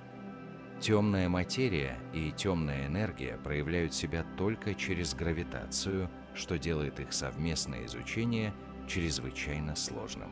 Для проверки гипотез нужны крайне точные данные о распределении галактик и скорости расширения Вселенной. 6. Будущее исследование миссии вроде Юклид и Нэнси Грейс Роман Телескоп должны в ближайшие десятилетия дать более детальную картину, которая поможет понять, играют ли эти две тени одну общую игру. В следующей, заключительной главе мы поговорим о том, какие перспективы ждут исследования темной материи и сможем ли мы однажды увидеть ее напрямую. Будущее исследований темной материи — увидим ли мы невидимое? Темная материя уже почти столетие остается одной из самых больших загадок науки. Мы знаем, что она есть, мы видим ее влияние на галактики, скопления и космическую паутину, но до сих пор никто не смог ее поймать напрямую. Каждое новое поколение астрономов и физиков строит все более сложные приборы и придумывает все более изощренные эксперименты, чтобы разгадать эту тайну. Может ли настать день, когда мы не только подтвердим природу темной материи, но и научимся видеть ее? Возможно, да, и этот момент изменит не только физику, но и все наше представление о Вселенной. Если вы хотите быть в числе тех, кто первыми услышит о таких открытиях, поставьте лайк и подпишитесь на канал. Впереди нас ждет космическая революция. Пиви. Эксперименты на Земле. По всему миру работают детекторы, способные улавливать редчайшие взаимодействия темной материи с обычными атомами.